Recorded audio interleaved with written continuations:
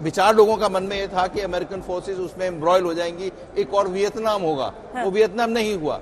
तो ये कल क्या होगा ये आज प्रेडिक्ट नहीं किया जा सकता, पर अगर प्रैग्मेटिकली इनकी यूक्रेन की फौजों ने सोचा हो तो लड़ने का तरीका एक ही है, उनको रशियंस के साथ में इरेगुलर लड़ाई लड़नी है, गुरिल्ला वॉरफेयर लड़नी है। और आपको लग रहा है कि ऐसा हो सकता है? हो सकता है, हो सकता है ऐसा। और साथ ही हम ये भी चाहेंगे कि अगर आप ये भी एक्सप्लेन कर सकें कि अगर ब्रिटेन कहता है कि हम ये पाबंदी, अमेरिका ये पाबंदी, तो वो कितना हर्ट कर रहा है इस समय रूस को? देखिए, पहले तो ब्रिटेन का तो बहुत इजी आंसर है। हाँ। कि अब वो थर्ड रेट पावर है। हाँ। वो लोगों को उकसा सकता है, कुछ कर नहीं सकता, और उसकी आर्मी भी 80,000 के करीब है। और जो कहता है कि मैं बहुत बड़ा फाइनेंशियल सेंटर हूँ, वो पूरा फाइनेंशियल सेंटर जर्मन कंपनी से कंट्रोल्ड है। और जर्मनी जो है वो रशिया को उकसाना नहीं चाहता। जैसे केसी कह रहे थे, जर्मनी 40% डिपेंडेंट है ऑयल इंपोर्ट्स के लिए रशिया पे, 35% डिपेंडेंट है अपनी गैस सप्लाईज के लिए रशिया के लिए। तो अगर आज वो नाता टूट गया तो कल जर्मन इंडस्ट्री का क्या हाल होगा, वो सोचने में भी खतरा लगता है।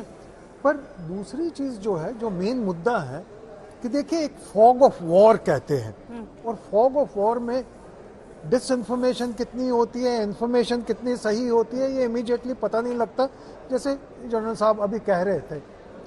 और दूसरा, यूक्रेनियन आर्मी जो है वो 2 लाख के करीब है। हाँ। और रिजर्व जो है वो भी 2 लाख के करीब है। तो 4 लाख लोग जो हैं वो घर में जलेबी बना के तो नहीं बैठे हुए ना, तो वो भी कुछ सोच समझ के कुछ कर रहे हैं।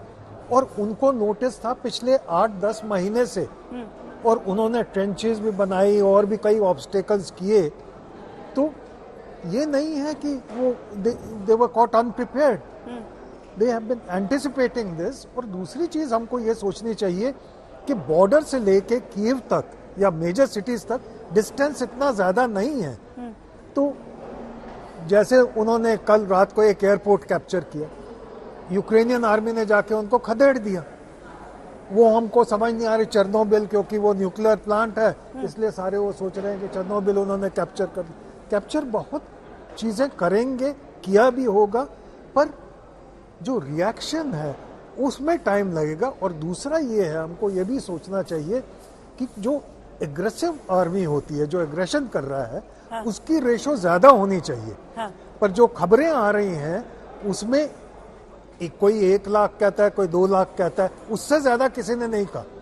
तो क्या 2 लाख रशियंस जो हैं, despite all their air power, missile power और ये वो उनको ध्वस्त कर देंगे?